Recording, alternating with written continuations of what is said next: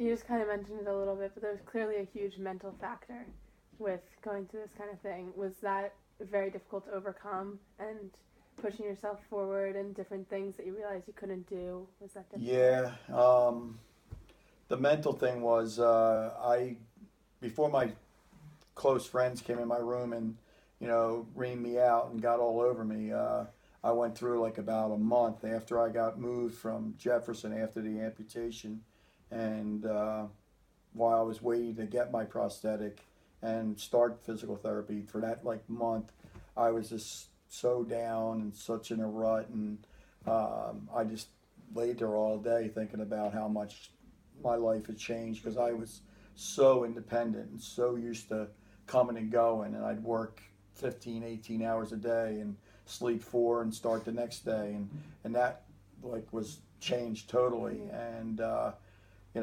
it was probably, I mean, I've always thought of myself as a very upbeat and positive person, always looked at the bright side of it, but when I went through this, the mental end, I was probably the lowest I've ever been. I was so depressed and so non-energetic and just didn't feel like doing anything. And didn't matter how much people at the hospital said, oh, we got to do this, you got to do this, but it finally took my friends really to come in and get on me and say, hey, if you don't want to be an invalid, you don't want to be in a wheelchair, you don't want to be bedridden the rest of your life, you better wake up and you better start doing what you got to do. And you know it was like a light switch. The mental approach changed, and I said, if I want to get back to where I'm used to being, and I still can't do some things the way I used to. Like I can't run from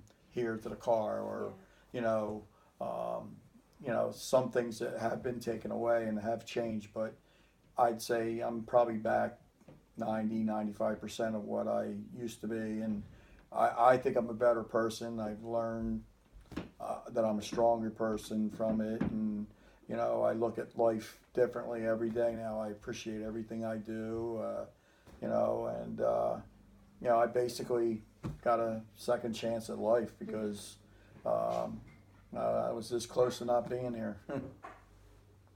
And my last question is, you were talking a little bit about how you're going to have to change your prosthetic.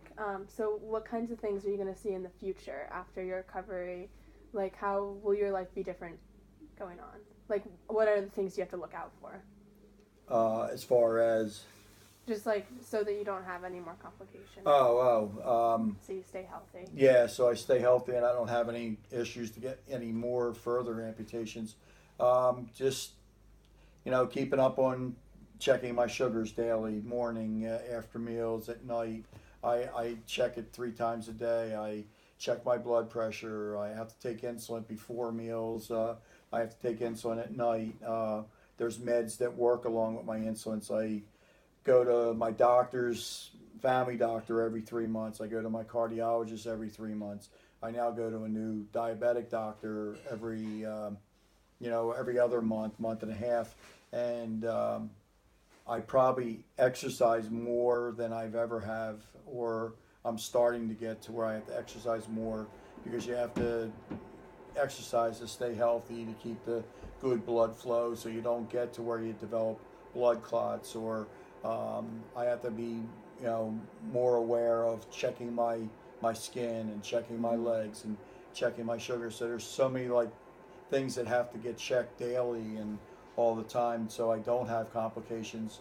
Because like I said, if I get a blister and it gets infected, then I got to think about amputating more, or um, the circulation, that I don't lose circulation in the other leg and then have complications where I might have to have another amputation on the other leg. So, um, um, you know, I did all this before the health issues. I had to get out every night and dry in between my toes, and you had to powder your toes, and you had to check the bottoms of your feet. And, I always went to the doctors and all, but, if something happens, it's going to happen, and that's what happened. I got that blister and didn't know it, couldn't feel it, and the doctor I was seeing at the time, the foot doctor, when I went to him, when I found the blister and my toes started getting infected, he said that he had never seen gangrene spread that fast. Wow.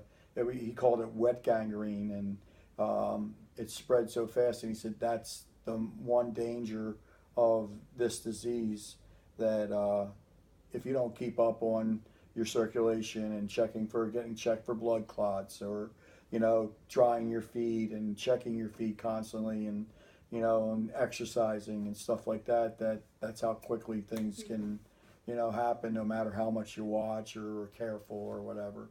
So to answer your question, to avoid this, I go to the doctors regularly. I watch my diet like unbelievable.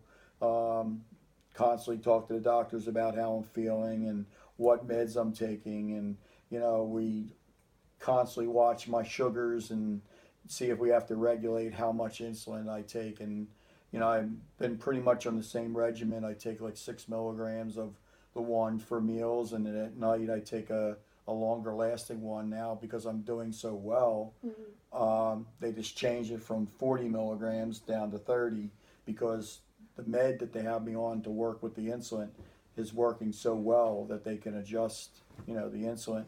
So between, constantly working with the doctors and exercising and diet and, watching